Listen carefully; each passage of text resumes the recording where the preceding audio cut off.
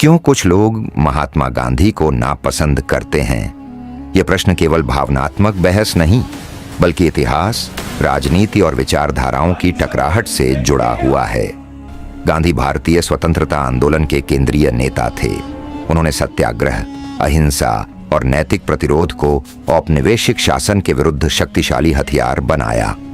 असहयोग आंदोलन, नमक सत्याग्रह और भारत छोड़ो आंदोलन के माध्यम से उन्होंने स्वतंत्रता संघर्ष को अभिजात वर्ग की सीमाओं से निकालकर जन आंदोलन में बदला।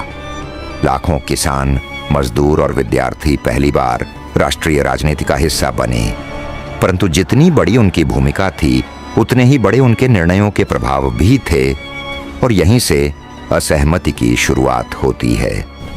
आलोचकों का एक वर्ग मानता है कि गांधी की अहिंसा की नीति अत्यधिक आदर्शवादी थी और औपनिवेशिक सत्ता के सामने यह पर्याप्त कठोर नहीं थी। वे तर्क देते हैं कि जब क्रांतिकारी धारा जैसे भगत सिंह और उनके साथी हिंसक प्रतिरोध के माध्यम से ब्रिटिश शासन को चुनौती दे रहे थे, तब गांधी ने उस रास्ते का समर्थन नहीं किया।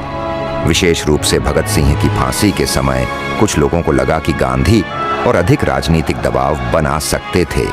हालांकि ऐतिहासिक अभिलेख बताते हैं कि वार्ताएं जटिल थीं और अंतिम निर्णय ब्रिटिश सरकार के हाथ में था।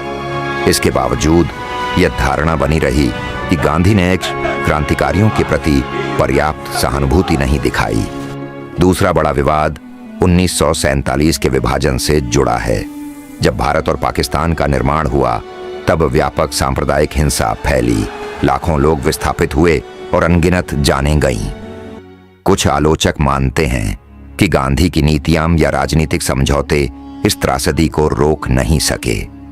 यद्यपि विभाजन एक जटिल प्रक्रिया थी जिसमें अनेक राजनीतिक दल, सांप्रदायिक शक्तियां और औपनिवेशिक रणनीतियां शामिल थीं, फिर भी गांधी जैसे केंद्रीय नेता पर नैतिक अपेक्षाएं अधिक थीं और इसीलिए आलोचना भी तीव्र हुई।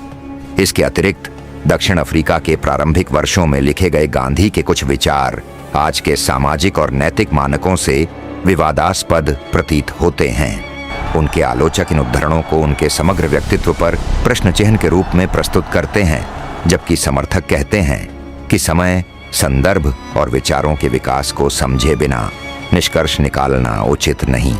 समय के साथ राजनीतिक ध्रुवीकरण बढ़ने पर गांधी केवल एक ऐतिहासिक व्यक्ति नहीं रहे, वे एक वैचारिक प्रतीक बन गए, कुछ के लिए राष्ट्रपिता तो कुछ के लिए अत्यधिक आदर्शवादी नेता। फिर भी यह अस्वीकार नहीं किया जा सकता कि उन्होंने स्वतंत्रता आंदोलन को वैश्विक पहचान दिलाई, अहिंसा को अंतर्राष्ट्रीय राजनीति में नैतिक शक्ति के रूप में स्थापित किया और भारतीय समाज को राजनीतिक चेतना की नई दिशा दी। इतिहास में बड़े व्यक्तित्व अक्सर दो छोरों पर खड़े दिखाई देते हैं, प्रशंसा और आलोचना के बीच।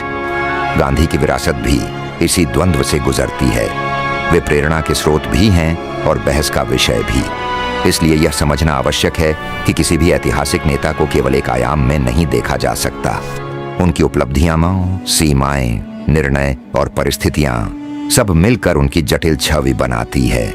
शायद यही कारण है कि गांधी आज भी चर्चा के केंद्र में हैं, क्योंकि वे केवल अतीत के नेता नहीं, बल्कि विचारों की ऐसी विरासत है जिन पर आज भी समाज अपनी अपनी दृष्टि से प्रश्न उठाता और उत्तर खोजता है।